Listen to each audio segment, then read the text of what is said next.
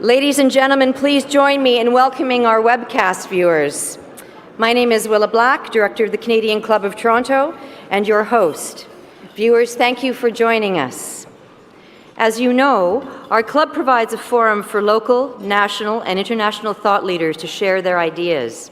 In planning our events, not only do we strive to ensure a diversity of perspectives, but of speakers as well, and today's panel is a perfect example of that. I'd like to acknowledge the generous support of today's sponsor, CIBC. Thank you very much for your support. And now let me introduce this morning's topic. Despite our nation's vast physical size, our aging population and low birth rate pose challenges for our future growth and economic competitiveness. The Century Initiative believes our future prosperity depends on significantly growing Canada's population and has put a target out there: 100 million people by 2100. What are the opportunities and risks of focusing on population growth? What's in it for us? There are many strategic implications for us to consider. Joining us today are Dominic Barton. If you could all please come, actually you can all just come right now. Why don't we do that? Get you all in place. We'll give them a minute to sit down before I read about them. Dominic Barton.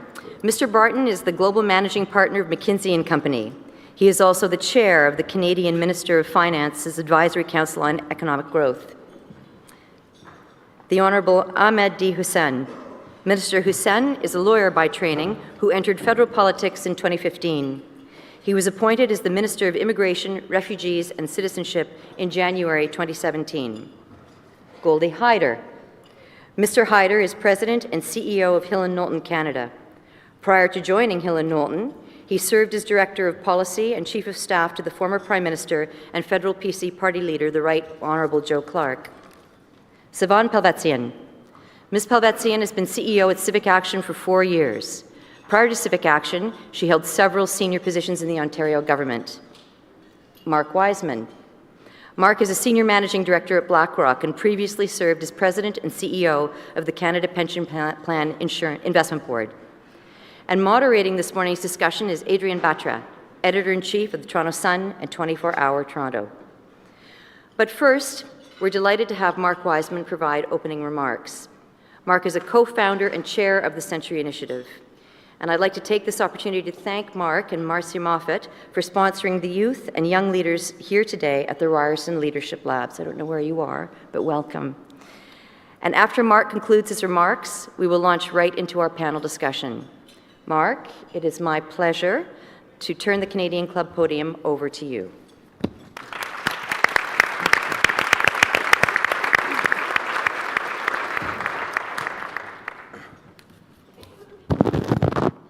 Well, thank you, Willa, and thanks to our panelists in advance, and thank you for coming early on a snowy March morning here in Toronto. I'm going to be reasonably brief and set the stage for our panel. I think they're much more interesting than I am.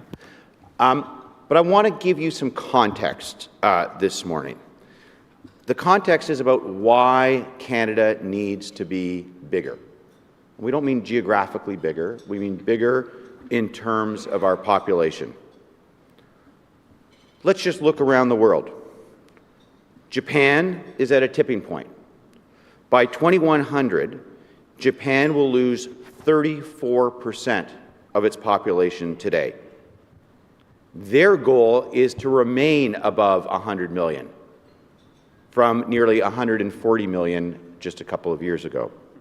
In Eastern Europe, 11 countries have shrunk by more than 10% just since the wall came down in 1989. In fact, by 2015, Bulgaria will have shrunk by 23% and Latvia by 25% just since, by 2015 they had shrunk by 23% and 25% respectively since the fall of the wall in 1989.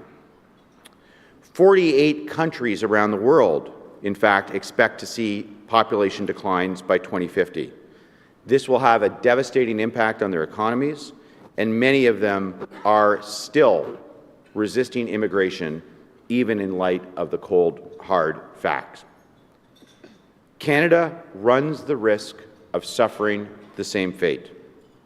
Now, we're not that bad. We're not shrinking today. Today, we have nearly 37 million people in our country. However, our fertility rate is under 1.6. The replacement rate is 2.1. And we are growing slightly, but only because we're letting in just over 300,000 immigrants a year. Now, as the Minister will likely tell you on the panel, the Government of Canada is committed to modest growth over the next 3 years. But at this pace, we will only get to about 50 million people by 2050, and then essentially we stop, even with that same pace of immigration. In fact, projections of the Conference Board of Canada would suggest that from 2050 to 2100, we will only grow by 4 million people. We need to get ahead of the curve. We need to address this issue today. And that is what the Century Initiative is about. It is about thinking about Canadian growth, economic growth and prosperity. Our goal is to see a Canada with 100 million people by 2100. Now, that may sound crazy today when you drive on the 401 or try and get on a subway car at Bloor and Yonge. But we're not suggesting that it all happens today. We have 82 years to accomplish this goal. And the Century Initiative, in fact, is not just about more people in this country, whether it be through immigration or increased fertility.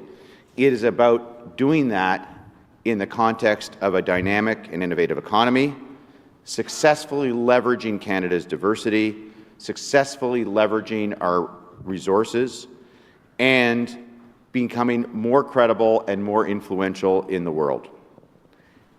And there is a strong link between scale and prosperity. We are subscale today. Arguably at 100 million, we are still subscale in this country. At our current population trajectory, Canada's GDP growth between today and 2100 will be 1.6% on average per annum. If we change that trajectory to get to 100 million people by 2100, we increase by a full 1% GDP growth per annum to 2.6%. Now, neither of those numbers are particularly fast rabbits, but that's the world that we're facing today. So, in fact, we can increase GDP growth by over 30% if we change our trajectory in terms of our growth perspective in terms of population. But it's not just GDP overall. It is also about prosperity of individuals and individual families. As you know, I was formerly the President and CEO of the Canada Pension Plan Investment Board. You know our pensions are under pressure, and we were very lucky in Canada that we had pension reform in the late 90s to address the problem with our dependency ratio. What do I mean by dependency ratio? Dependency ratio very simply means the number of people of working age in a population relative to those who are 65 years of age or over. In fact, when the Canada Pension Plan was set up in 1966, the dependency ratio in this country was 6 to 1. There were 6 workers for every retiree. Today, it is under 4 to 1. By 2035, it will be under 2 to 1. So having a greater population, having a younger population, having a more vibrant population, having a more economically empowered population not only helps GDP growth, but it helps GDP per capita. This is why we have to begin acting now, and this is why the Century Initiative was formed. It is about creating inclusive prosperity for our country. This country needs a long-term strategy. This country needs a goal to set itself against. And in many respects, it's not achieving that goal that's important, but the road to getting there. If you think of John F. Kennedy's, in his inauguration address, his goal of putting a man on the moon and returning that man safely to Earth by the end of the decade, which the United States successfully did. The accomplishment of putting a man on the moon actually wasn't that important. We didn't get much by having Neil Armstrong jumping around. But the benefits, the internet, GPS technology, the building up of universities in the United States, the increase of information, and the very fact that people believed that they could achieve something is really what that was all about. So the journey to 2100 is in many respects more important than the goal itself. So we are starting from a good base in this country. We have a reasonably positive view, and the Minister may talk about this, about immigration compared to almost anywhere else in the world. In fact, close to half of Canadians support immigration, and another 20%, if you tell them that it will help the economy, that's close to 70% of Canadians. If you prompt them and say, how do you feel about immigration? 50% or so will say that they're in favor. And if you tell them, how do you feel about immigration given that it will help the economy? Another 20% or 70%, more than two-thirds of Canadians are supportive. That's unique in the world. We have a great starting place. Now, the Century Initiative, which you'll hear a little bit more about, is not just about immigration, however. We don't want a prosperous, dumb Canada. Or we don't want a big Canada with gridlock. The Century Initiative is, of course, about immigration, because that is the most important tool to getting us to our goal. But we have other important pillars of that grand strategy that we believe the country requires. Urban development has to be a big part of the plan. Early childhood support to allow families to be able to afford to have children and to be able to access programs for their children so that those children can thrive and become contributors and bigger contributors to society. We support a national daycare strategy that allows us to enable all Canadians to work throughout their life. We support, so immigration, urban development, early childhood support. Education is the fourth pillar. We need a world-class talent pool for the 21st century. We need skills to match a changing economy.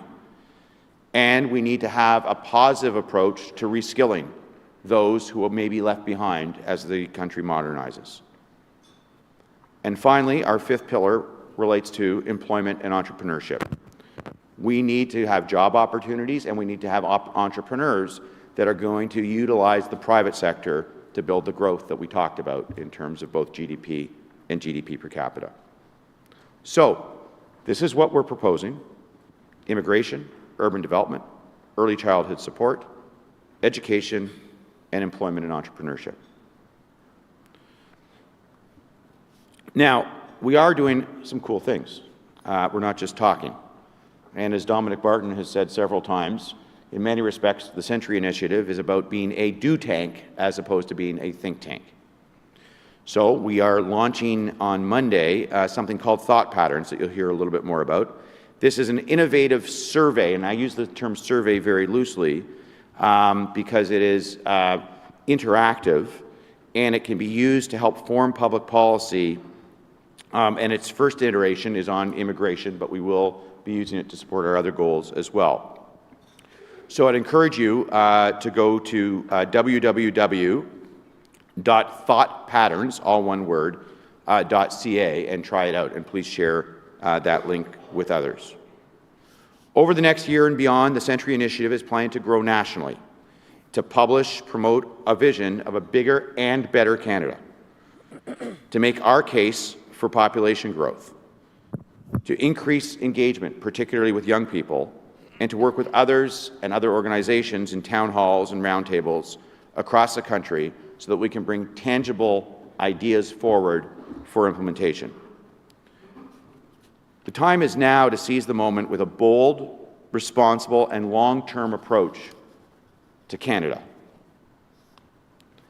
We believe that 100 million people by 2100 is today's national railway. It's on the heels of Canada's 150th birthday, we need a new grand project. And we believe that $100 million by 2100 is it.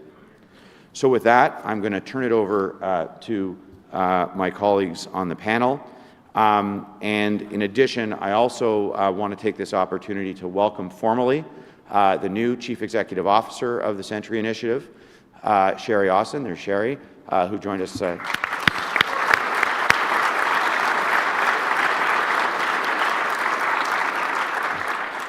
Who joined us from the Royal Bank, and has just the small task of figuring out how we get about another 64 million people into the country. So Sherry, thank you. With that, I will turn it over to our moderator and to the panel. Thank you. Thank you.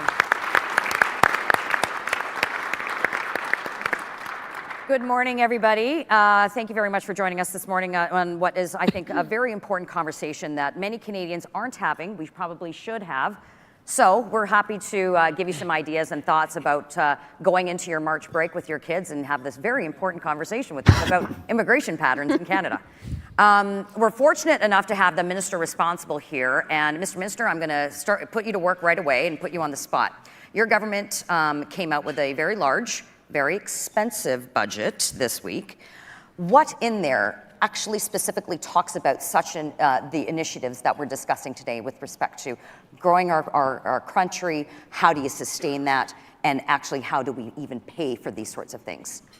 So I think I'll begin by stating that when I presented the multi-year immigration levels in November of last year, it was the first multi-year plan for immigration in about 2 decades.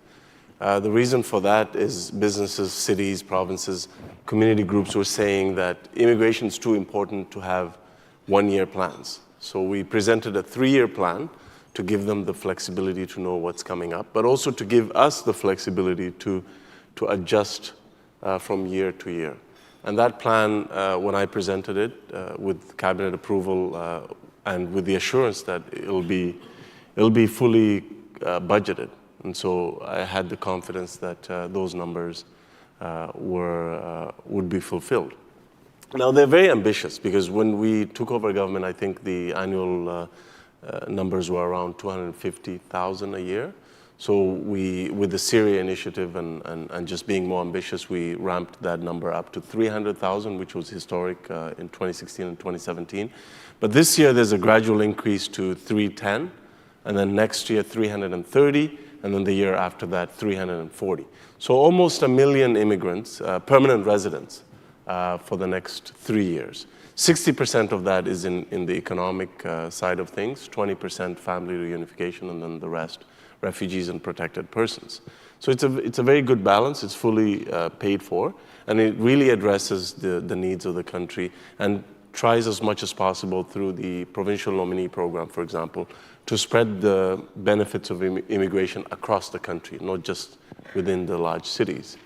So I believe that Budget 2018 funds that and puts us and gets us really close to 1% of the population. So by the end of this, it'll be 0.9% of the population will be coming in as permanent immigrants to Canada. So, Dominic, I want to put this to you. Why do we need to increase Canada's population? We heard some of the numbers, and numbers are good to hear, but what does it actually mean to Canada? Well, I think as Mark said, probably the biggest one is the productivity growth. In the Growth Council, when we sort of did our diagnostic, Canada over the last 50 years has benefited from a huge demographic tailwind, and it's going the other way, right? I think Mark was kind of polite about Canada. We are the fastest aging OECD country after Japan, and Japan's not a great benchmark for us to look at. So if we do nothing, expect half the GDP growth that we've got, which we simply can't do. And it's not just about, therefore, having more people. We also found in all of our discussions across the country, whether you're in ag food, whether you're in tech companies, there was a deep yearning for talent, global talent, to be able to get it across all sectors. People saying there are shortages that are going on. And I think one of the things the government did right away was actually fast track the sort of high skill area, which is really needed now for our tech companies that are growing quickly. Headquarters are moved depending on whether you can move people. So it isn't just about the number, it's about these are jobs and skills we actually need to have. And the other thing I would just say is we have an amazing intake with our university system. You know, for Australia's third largest export is education, right? It's our 11th. We have a lot of talent that wants to come here.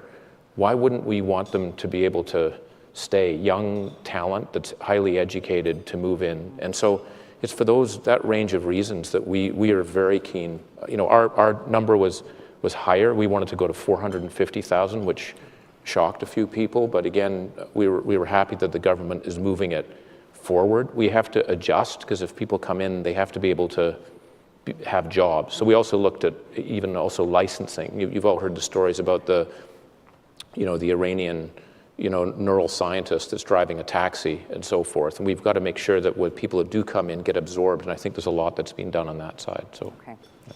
Sevaun, in your work at Civic Action, you guys talk a lot about infrastructure, government policy, priorities, spending, things like that. What aren't we talking about when it comes to growing our population to 100 million people? So let me start by saying I love how bold the 100 million number is. I love that Canada every once in a while stands up to the plate and just decides to whack it right off there. So I love the boldness. But when I heard about the plan and I thought more about what that does to life in an urban setting, which is where these folks are coming to, right? They're not going to the farmers' fields, they're coming to our cities. I thought about two issues in particular that nobody is really paying attention to. One, you have a glass of in front of you right now, water. The 500 largest cities in the world today, 1 in 4 is experiencing water stress. 70% of the planet covered by water. 3% is usable for drinking water. And later this year, in July, in Cape Town, South Africa, Day Zero happens. You heard about it? It's when the water runs out. It's when the taps from your home don't have water coming out, and you will need to go to one of 200 water centers where you are entitled to a 90-second shower. This conditioning routine is more than 90 seconds, let me just say that. A 90-second shower, So and you fill one Nalgene bottle of water. That's coming in South Africa to Cape Town this July. So water is not a topic when I flip through the federal budget, and there are some amazing pieces in there that this government ought to be proud of. It's MIA. Air. Across the pond, the Mayor of London is staking his legacy on air. 9,000 people a year die in London, premature deaths because of the quality of the air. Babies are being born premature, malnourished, it's affecting the health and quality, and we get a lot of our air from other countries, from where the US is pumping it up, and we're breathing it and it's affecting us. Are we thinking about that? Because I sit at a lot of city building tables, and I don't hear these two topics being talked about too much. Those are two topics that worry me. The third, if I may, we're talking about now. And it was in the budget. In fact, it was mentioned 700 times. If I told you that there was one innovation that would pump $150 billion into the Canadian economy over the next 8 years, you ready for it? Yeah. Ovaries. It's women. Women. The ability to get women plugged into the labor market pumps that much money into our economy. I'm thrilled that Ottawa has come to the table on this new thing, right? But we need to see plugging in at a whole cost of other areas where this topic and where this true representation of economic power can really resonate. It was actually mentioned 358 times. We counted. Very good points. Okay, so Goldy, let me put this to you. In light of what Sevaun just mentioned, very important points, and I don't think that the average person even considers these things. So are we sure what we're talking about today is actually a good idea? You know, I'd like to answer the question about the future by looking to the past, because there's that old saying, you don't know where you're going if you don't know where you've been. And I was thinking back to, it's 2018 now, where was the conversation in 1918? Mm-hmm. Right? In 1918, I suspect there were same concerns, same fears about air or water or the quality, whatever those things were. In 1918, I wrote this down to make sure I get this right, we were 8.1 million people. 82 years later, in the year 2000, we were 30,700,000 people. 3.7 times we increased our population in that 82-year period. So when you look at what the Century Initiative is talking about today, in the year 2018, 82 years from now, we're saying let's go from 36 plus million to 100 million. It represents 2.7 times the increase. So in fact, we're asking for less population growth in the next 82 years than we had in that 82-year period that we just identified. I think it's natural, it's human nature to be concerned about the unknown and fear. And that's probably one of the reasons that I think we run the risk of having a society that is getting more complacent. Not only is it aging, it's getting comfortable. It's getting complacent. And the more that we travel, Dominic and I were just in India together last week, and you see the hunger in places. You assume that everybody's that hungry out there now. They're all trying to recruit their talent. They're all trying to retain their talent. You've heard the numbers from Mark. This is not imaginary. These are facts. What I think we have to manage, though, is, and you know, the points that were raised, they're valid. They don't change the facts about the demographics. And if we want to sustain and develop the kind of Canada that we have, one that is probably the greatest experiment in the nation of all nations. It's playing itself out right here. But nothing lasts forever. You have to work at it, and you have to have a strategy. And I think the thing that attracted me to the Century Initiative was what Mark said. It's time for sort of a big, hairy, audacious goal for what is the promise of this country. And it's okay to have issues that are raised, that what are we going to do about the gridlock? What are we going to do about the water? What are we going to do about more women in the work? All of those are important parts of the conversation. But it doesn't change what we need to do to stay and preserve and grow what is a great country. All right, but a lot of that is going to take good public policy. Yeah. So I don't think it's we're able to discount the fact that we have a growing infrastructure gap and that we are not able to sustain the roads and bridges and things that we have right now. So we know that the larger populations like Vancouver, Montreal, and Toronto, that's where a large majority of the immigration population has been, the immigrants have been moving to, and the GTHA. How do we keep them from just moving into the larger cities? How do we get them into Saskatchewan, Manitoba? It's cold there, my hometown, Saskatchewan. But how do we ensure that those municipalities, those jurisdictions remain sustainable and prosperous as well, Mr. Minister? So the latest, the 2016 census actually shows what you're trying to say. Ontario used to receive over 50% of all the immigrants to Canada. It's now down to 35%. So they're all moving out west. The highest growth in newcomer settlement is seen in places like Regina and Saskatoon and Winnipeg. So the idea that they're all going to Toronto and Vancouver is not as true as it was 10 years ago. Secondly, I think government has a role to try to get to test out pilot programs to try to, again, spread the benefits of immigration beyond the big cities. And we are doing that. So if you look at the Atlantic Immigration Pilot Program, it's a 3-year program. It really addresses the labor market and skills shortages and demographic challenges of Atlantic Canada. You want to see what Canada can look like if we don't move, as Goldy said. You go to Atlantic Canada, you'll see that the pressures there are already much more acute than the rest of the country. And so that is why we introduced the Atlantic program there. It's a program really about retention. So not just attracting people there, but retaining them. And it really gets the employers to think about not just bringing a skilled worker to Atlantic Canada, but how do you keep them there? And so, you know, they're forced to work with settlement agencies and think about the family, not just the worker, but also increasing the provincial nominee program numbers, 33% increase. I think that, you know, I must say that the argument of do we need immigration, I think that argument is won in Canada. The question is, the next battle is how high? How high should the numbers be? And I think Dominic and Goldy have spoken about how they would like that number to be much higher, and so would I. But the fact of the matter is, I don't think a lot of Canadians do have positive views on the role and the positive contributions of immigrants. I don't think many of us realize how critical that role is. And I really believe that if more of that happened, we could, I think, the political system would be able to even be more ambitious in immigration. But I'm happy that we are and that we should continue. The case is made. I mean, in 1972, we had 6.6 working Canadians for each retiree. By 2012, that ratio was four working Canadians to support each retiree. If we don't do anything, as Goldy said, by 2036, which is less than 20 years from now, it'll be down to 2 to 1. So 2 working Canadians supporting a retiree.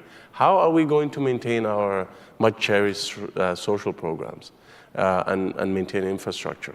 Newfoundland and Labrador, for every 100 workers who come into the workforce, 125 leave. They need 4,000 immigrants today just to maintain their standard of living. So I think it's fine and dandy for Canadians to realize the positive aspects of immigration, but I'm way more impatient than that. I think if we realized how critical immigration is to not even growing, just maintaining our standard of living, I think public opinion would be open to much higher numbers annually. Okay. You're already elected. You don't have to make speeches. I'm not making a speech. I'm just making observations. Can I add one thing to that, Adrienne? Yes, please. You asked about how. I think public policy is the lever that allows that to be possible. It's by default that we're having urbanization occur. People are coming here because that's where the investments are going. There's no reason you can't create, through the use of public policy, your superclusters don't have to be in Toronto. They don't have to be in Vancouver. They could be in cities that don't exist today that we can develop and grow because the policy is the government's going to allow for some investment. People are going to come there. They're going to work there. And I assure you, if somebody back in the 1970s had told my parents, you don't have to go to Calgary or Toronto, you can go to Moose Jaw or Timmins or Moncton, because they're going to give us some kind of a job and or a tax policy break, whether it's property taxes or small business taxes, we would have gone there. We probably would still be there, because no way would we move from Moncton to Toronto. Like, who would want to sit in gridlock like that? So tax policy can be a lever, as can this notion of the investments that governments are making in superclusters. Now is that time. The decisions that we're making now will determine whether what we're talking about for 2100 are possible. It's too late to try and do this in 20 years shy of 2100. We need to make those choices now, and that's why we're advocating for what we're advocating. Dominic, we got a question from someone on Twitter, and I want to put this to you. And I'm going to paraphrase a bit, but just to boil it down. Why should we consider moving to 100 million people when we have so many issues in our own backyard with respect to Aboriginal land claims and unable to pay for our health care and education as it stands right now? Well, yeah, I guess I don't think those are mutually exclusive. I mean, I think, by the way, 100 million, I'm sorry to say, is not a big number. Let's put things in perspective. Chongqing has the population of Canada today in one city, right? And I'm not going to move to Chongqing because it's a wonderful place to live. I'm just saying we can actually do both. I really believe we can. And I think having that ambition, as Mark and others have said, is about scale in terms of what we do. And we will have to do infrastructure in a fundamentally different way. We do a poor job. We have a $500 billion gap now. But I don't think those two are mutually exclusive. I think what it takes is determination. As Mark said, having a goal moves people towards where we move it.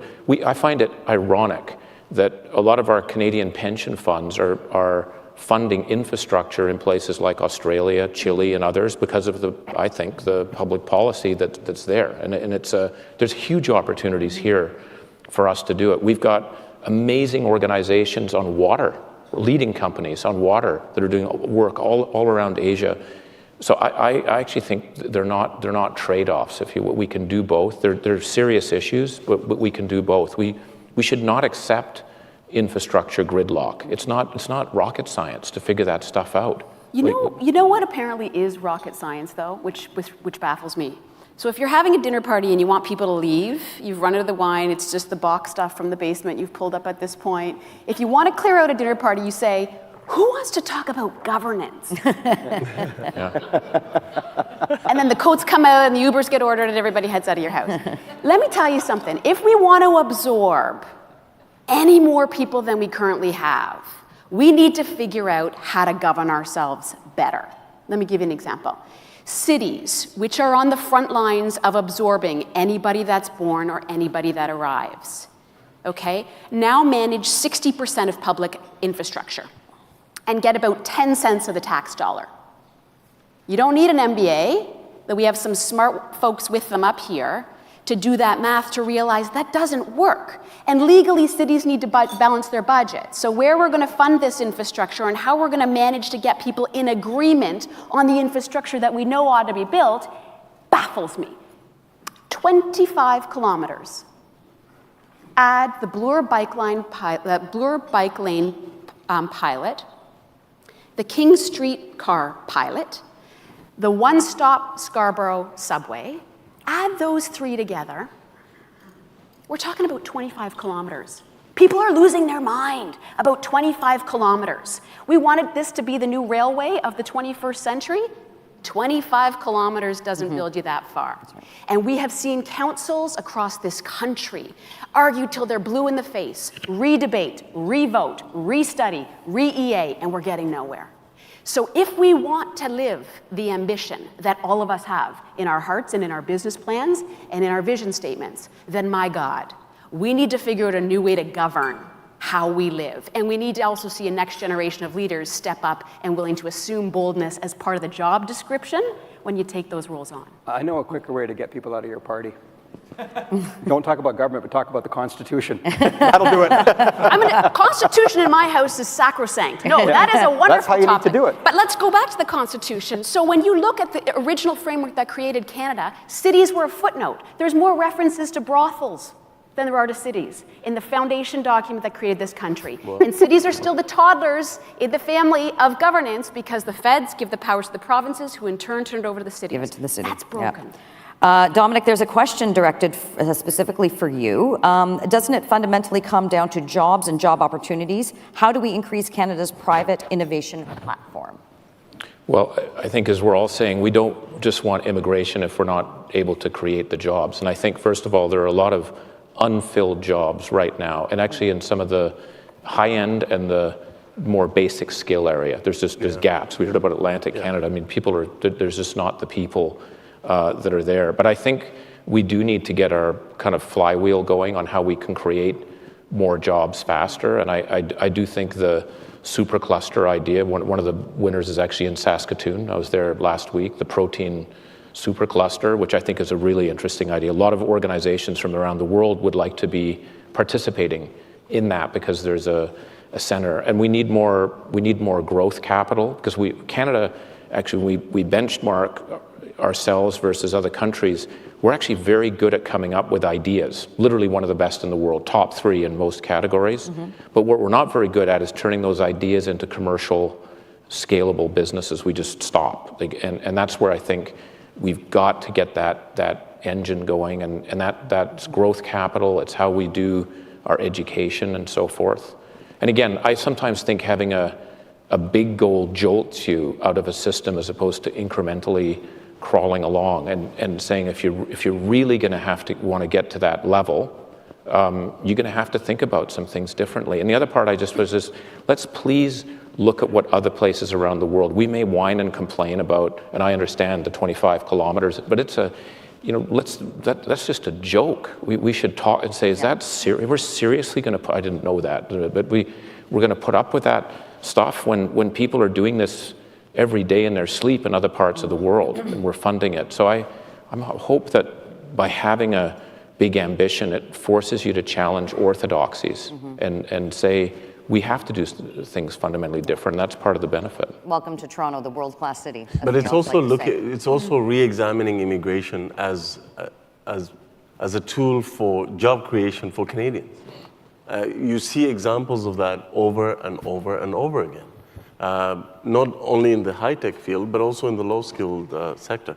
So you have, you go to certain parts of this country and you see hotels, very nice-looking hotels. You go in, and a section of the hotel says, closed for renovation. It's not closed for renovation. They just can't find enough people to manage to work in that wing. You go I met the president of the Canadian Federation of Independent Business. He tells me 54% of their membership can't fill skilled or semi-skilled or skilled positions. That's a problem. And so, immigration is one of the tools to address that. But more importantly, the startup visa program, going out into the world and bringing to Canada very quickly, promising startups to then scale up and create jobs for thousands and thousands of Canadians is a great tool to have. The global skills strategy that Dom just talked about, bringing folks here, high talented folks in 10 days. Those things do make a difference. And when you talk to employers across this country, they'll tell you that, you have sometimes, even in small towns, you have this one immigrant coming in to perform a niche service that because they're there, all these other people are employed. Without their presence, it wouldn't be possible. So we have to start looking at immigration as a job-creating tool for all of us and really prosperity for all of us, as opposed to, well, how are we going to get jobs for all these people? That's not true in many cases. So let me sort of put that in the context of what we have right now. So we all have heard the analogy of the cab driver with the PhD, the grocery store clerk with a medical degree. By the way, that's no longer true. That's no longer true. It's true for medicine, but many, many professions have moved. So pharmacy, law, and all how do we that. So ensure it's no then longer true. that if we want smart immigration, right? We want the best and the brightest. If other countries don't want them, we want the best and their brightest. How do we ensure then they come to our country? Those various private organizations that regulate the bodies and regulate the industries and do all these things, that they are not protectionist and they're open-minded and they are actually working with government and other private industry to ensure that they get qualified to come here and actually work and contribute. So to be fair, like I said, many, many professional bodies have actually moved. So the story of the professional newcomer driving a cab is not as true today as it was many, many years ago. In medicine, it's still true. I agree, I'll give you that, but not true for the rest of it.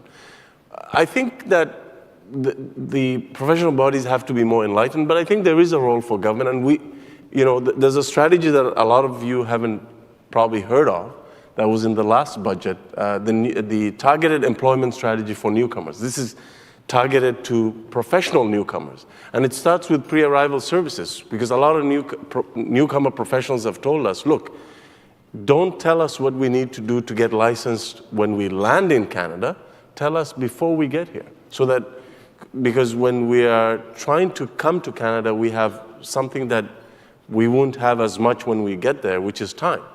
So connecting the professional bodies with the engineer from Ecuador, so we know that engineer from Ecuador, from our data, will come to Saskatchewan. So connecting them with that professional body so that they can start the licensing process in Ecuador and hit the ground running when they land in Canada. Once they're in Canada, a lot of times it's not the professional body. It's people are here, they're working, they suddenly have bills to pay, and so they have a very easy and clear path to licensing, but they don't have the money to pay for the exams. They can't stop working for a couple months to study. So it's those soft barriers. And this targeted employment strategy actually addresses that by giving them loans, saying, here, pay for the books, pay for the application fee, pay for the exams, and yes, quit your job for a couple months and study to be that doctor, lawyer, nurse, electrician that we want you to be. And then when they finish, what are they told? Yeah, it's great that you're a licensed engineer in Ontario, but you don't have Canadian work experience. So some of that money is going to actually pay them an internship to get that experience so that they can be both licensed and have the work experience. And then mentorship, job matching, all that. Because again, the job titles in their home country are not matching with our job titles, but it's the same thing. So it is being addressed. And I think it's also important to give credit to some of the professional bodies that have moved. But yes, we still need a lot of work to. We should look at why they moved. I think Sorry? I think the story is not that they have moved as much as it is why they moved. Why they moved is there's identifiable shortages in almost every one of those professional sectors. I was on a flight the other day where a person is a recruiter to place people in the emerging technology industries in Montreal. I said, how's business? He said, well, I'm really struggling. I said, really? Why is that? He said, well, I get paid when I place people into jobs. I can't find them. I can't find them. And I think so what's happening is that these bodies were forced to respond to the fact that there is a genuine shortage of professionals, whether you're engineers or technology or in other industries, and they responded to that. And that's just the beginning of what is going to be an ongoing trend here because of all the demographic things we've been talking about. All right, and we only have a few short minutes left, so there are still some cue cards around. If you would like to pose a question to the panel, we'll try to get it in, and don't forget to follow us on social media at Canadian Club TO as well. Sevaun, all of these things sound great. They sound important. They sound reasonable. None of this is excessive. None of this is over the top. But it's very expensive. And when the proverbial rubber meets the road, I just don't believe we are prepared for it, and nor are we planning for it long term. With your experience, you work with municipalities, you work at the local level of government. You already mentioned, of course, that the cities are creatures of the province. You know, they have to go beg to the upper levels of government in order to do anything. How do you believe then municipal jurisdictions, who are ultimately going to have to bear the brunt of the infrastructure, the immigration, the people, the healthcare, the resources, how do they make their case? Well, I want to tweak, if I could, the response to that to focus in on one area where the ambition is going to hurt, okay? And cities will feel this the most. All of us have arrived to Canada at some point. In my family's case, it was 100 years ago when my mid-sighted came from the Armenian Genocide and came to Canada. And that's where our family has grown, and that's where our relationships have since happened. You pick Canada in part because the dream that comes with it. It's the receipt you're supposed to hang on to when you get your passport for the first time, this image of what being in Canada is. But we are starting to see the formula that made success possible, it's broken. It used to be if you went to university and you got a degree, then you could afford the degree and you could get the job, and you could get the house, you could have the kids, you could pay for the daycare, you'd retire, there'd be something waiting for you, and you rode into the sunset. That formula is broken. And as different industries shut down because jobs are changing and higher skills are expected, you're watching people medicate themselves to death. The opioid crisis was not on the tongues of anyone in this town 5 years ago, with the exception of some high qualified public health experts. In the US right now, due in part to steel plants, timber production falling, manufacturing dropping, people are medicating themselves in record numbers. More people have died last year from the opioid crisis than Afghanistan, Iraq, and Vietnam wars combined. It's here now. It's here. It hasn't swelled, but it's coming. And it's hitting blue collar and white collar and every socioeconomic level. That's an issue that we need to plan for as we bring these numbers in, because the jobs will change so fast that we can't expect people to keep pace. And what we do with those people when they don't keep pace is all of our responsibilities, and the ball has already dropped south of the border. It's bouncing here now, and I do expect that to be an issue we need to wrap our arms around. Dominic, did you want to weigh in on that as well? I completely agree. I think this reskilling is going to be the biggest issue of our time for everyone. And the problem is it's reskilling 45 to 55-year-olds, not just young people coming in. And again, no one in the world is dealing with the scale of what's coming on. I think that's something we're actually in a great place to be able to do it, given our size, and as much as our governance may not be where it needs to be, we can actually get people together to be able to move it. And I think that's that reskilling challenge, to do it not to get reskilled over 4 years, but part-time while I'm doing a job, is doable. And I think that will be a big part of making this all work for everyone. Goldy, you're in the public relations business. We keep hearing Canada's back. Were you in India playing dress up with the Prime Minister last week? I was. I didn't dress up, but I was there. Yeah. So, why is Canada still attractive as a place for immigrants to come? Well, or look, is it? It is, but I think we run the risk of resting on our laurels that, build it and they shall come. That's true. Not no more. I mean, again, as I mentioned, Dom and I were in India last time. You want to see a group of people that are actually looking at staying where they are because everybody's coming there. It's all of the young people in the Indian population. I mean, their statistics are mind-boggling compared to ours in terms of how young they are. And so we assume that everybody wants to come here, everybody wants to be here. I think it's important, as we've been trying to talk, we want the right people here.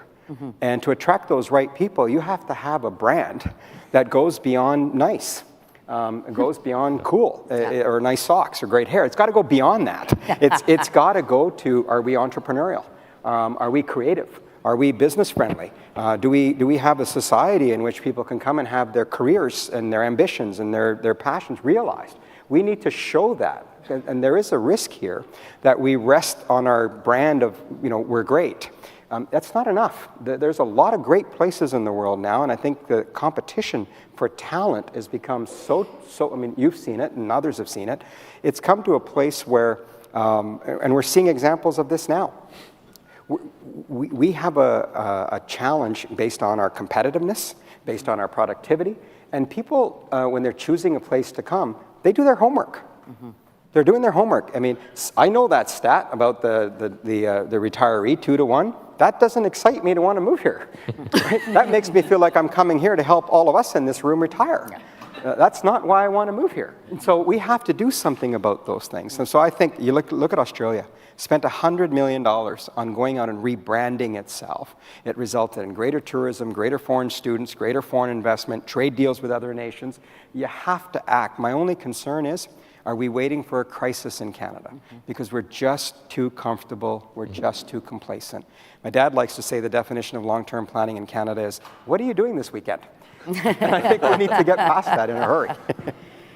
Well, that will be for next time's panel, because we are unfortunately out of time. Mr. Minister, thank you for being such a great sport and being here with us. Dominic, Sevaun, Goldy, a lot of food for thought. Ladies and gentlemen, we really hope you enjoyed that, and thank you to the Canadian Club for hosting us today.